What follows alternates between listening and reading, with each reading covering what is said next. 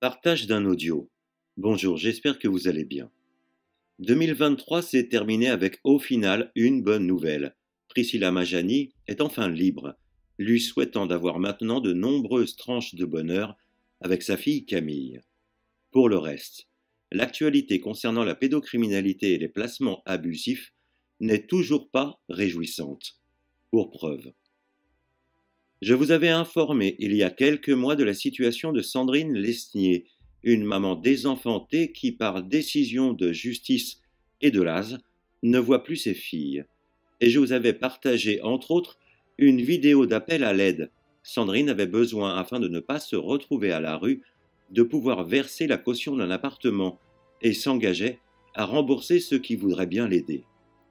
Il y a 2 jours, elle m'a contacté et laissé des messages, et franchement, je ne sais que faire d'autre que de vous les faire écouter, en vous positionnant des liens si vous souhaitez lui venir en aide d'une manière ou d'une autre, en partageant son appel au plus grand nombre ou plus si vous le souhaitez.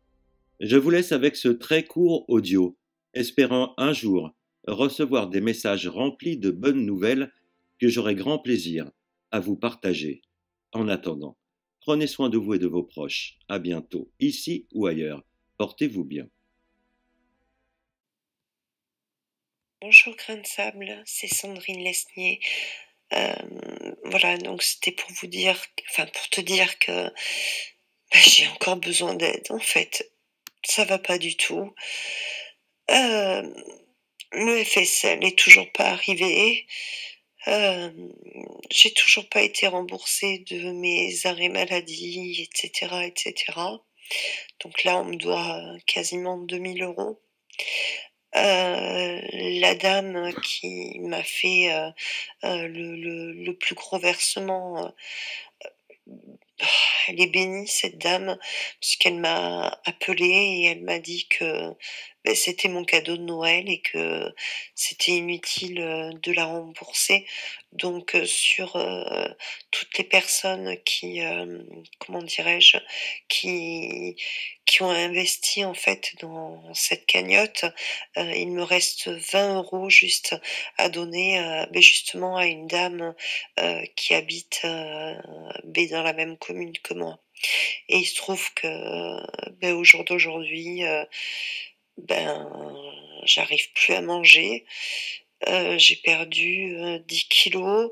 J'ai été hospitalisée par rapport à ma sciatique et mon discal. Et donc on m'a dit que c'était pas la peine d'opérer, mais le fait est que depuis le mois de novembre de l'opération, je souffre toujours, hein, toujours le martyre.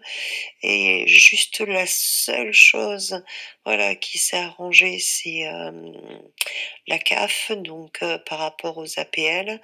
Donc, mais là, je me suis encore fait avoir puisque si tu veux, depuis le mois de novembre, je paye mon loyer plein pot, quoi. Et en fait, les APL sont intervenus, donc pour un montant de 356 €, mais ça a été versé sur le compte de la propriétaire qui refuse de me dédommager. Ça commence bien, donc voilà, donc j'aurais été bien contente de finir le mois avec 356 €, mais elle refuse concrètement de me dédommager. Voilà. Donc à ce jour, j'ai plus rien pour vivre. Voilà.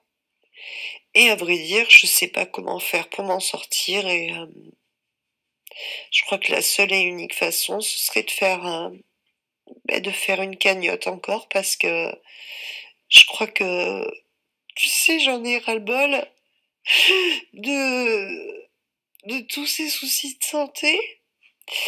J'ai dû quand même, enfin, je me suis éloignée, etc. aussi. Ça a été aussi un peu un choix pour moi par rapport aux violences conjugales du père de mes filles. Et je suis complètement dans l'isolement. J'ai pas de quoi manger, j'ai rien. Heureusement que j'ai mon ami qui m'a hébergée, qui me donne des croquettes pour mon chien. Et sinon, c'est tout. Moi, je mange pas. Et j'ai plus rien. Voilà. Donc, je sais pas. ce que t'en penses, mais là, je peux plus continuer comme ça. Et je me dis qu'en fait, j'aurais dû jamais me réveiller de mon putain de coma et arrêter cette vie d'enfer parce que, tu vois, j'ai reçu un SMS, bien évidemment. En plus, ça va pas du tout. J'ai reçu un SMS du père de mes filles pour me dire que ma petite de 13 ans n'allait pas du tout. Et voilà, et ça s'est pas fait vraiment pour m'arranger, pour arranger ma dépression. Et ça fait 2 ans que je l'ai pas vue. Et là, il y a l'audience qui arrive très prochainement, au mois de février à Libourne. Et en 2 ans, je ne sais plus à quoi elle ressemble et je ne sais pas comment je vais réagir.